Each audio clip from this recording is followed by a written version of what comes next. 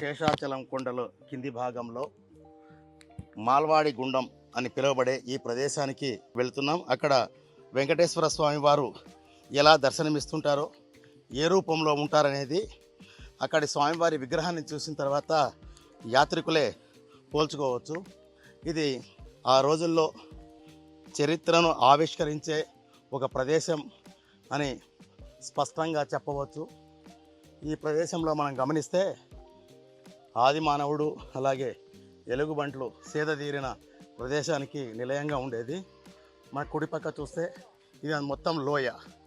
శేషాచలం పర్వత శిఖరాల నుంచి జాలువారే జలపాతాలు ఇక్కడి నుంచి ప్రవహించి కపిలతీర్థం కింది భాగంలో ప్రవహిస్తూ ఉంటాయి.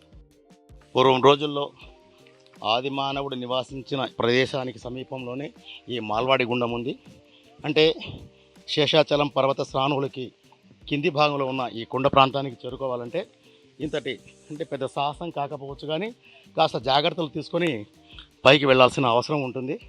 దీనికి తగ్గట్టుగానే తిరుపతి అటవీ శాఖ అధికారులు ఈ మార్గంలో సురక్షితంగా వెళ్ళడానికి అవసరమైన ఈ బారికేడింగ్ ఏర్పాటు చేసి ఎలాంటి ప్రమాదాలకు ఆస్కారం లేకుండా ఇక్కడ ఏర్పాట్లు చేశారని చెప్పవచ్చు.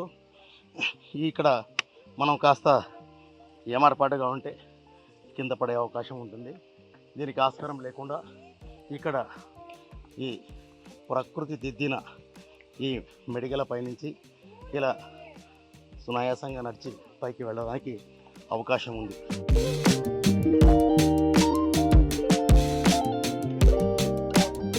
ఇక్కడ మన పరిశీలిస్తే మాల్వాడి గుండం చరిత్ర తెలియకపోయినప్పటికీ ప్రకృతి దిద్దిన ఒక కుంచెల లాంటి ఒక అడవి ప్రాంతంలో ఇక్కడ సందర్శకులు యాత్రికులు పెద్ద సంఖ్యలో వచ్చి ఈ ప్రకృతి రమణీయతను ఆస్వాదించడానికి ఎక్కువ శ్రద్ధ చూపిస్తున్నారు.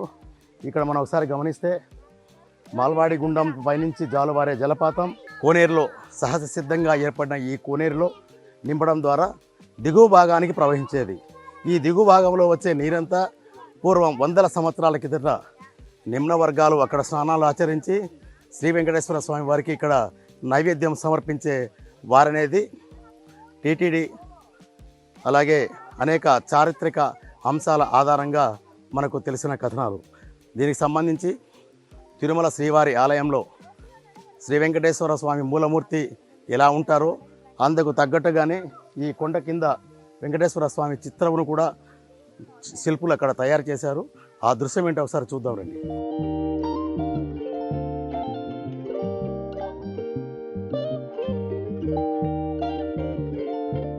ఇక్కడ మనం గమనిస్తే శ్రీ వెంకటేశ్వర స్వామి వారు తిరుమల శ్రీవారి ఆలయంలో ఎలా దర్శనమిస్తారో అదే విధంగా అదే రీతిలో ఇక్కడ ఆ రోజుల్లోనే శ్రీవారి విగ్రహాన్ని ఈ శిలాజానికి అంటే శిలా పేట్రాయి అంటారు. మామూలుగా రాయలసీమ ప్రాంతంలో అయితే కొండ కింద దిగువ భాగంలో ఉన్న రాళ్లను కొండలను పేట్రాయి కింద ఇలా చెక్కడం ద్వారా తిరుమల శేషాచలం పర్వత సానువుల నుంచి వచ్చే జలపాతం శ్రీవారిని అభిషేకించి ఆ తర్వాత కిందికి ప్రవహించేది. ఈ జలంలో అంటే ఆ కాలువలో పుణ్యస్నానాలు ఆచరించడానికి ఆ రోజుల్లో నిమ్న వర్గాలకు చెందిన ప్రజలు ఎక్కువ ఇక్కడ మొక్కులు చెల్లించేవారనేది చరిత్ర కథనం. ఇది మాల్వాడి గుండానికి సంబంధించిన చారిత్రక నేపథ్యంతో కూడిన కథనం. ఇది పూర్తిగా శేషాచలం అడవులకు దిగువ భాగంలో ఉన్న అటవీ ప్రాంతాన్ని ఔషధ మొక్కలతో కూడిన వనాలను విద్యార్థులకు అలాగే పరిశోధనలకు అవసరమైన విధంగా జంగిల్ బుక్ పేరుతో తీర్చిదిద్ది విద్యార్థులకు అలాగే అధ్యయనానికి కూడా ఇక్కడ సానుకూల వాతావరణం తిరుపతి అటవీ శాఖ కల్పించింది.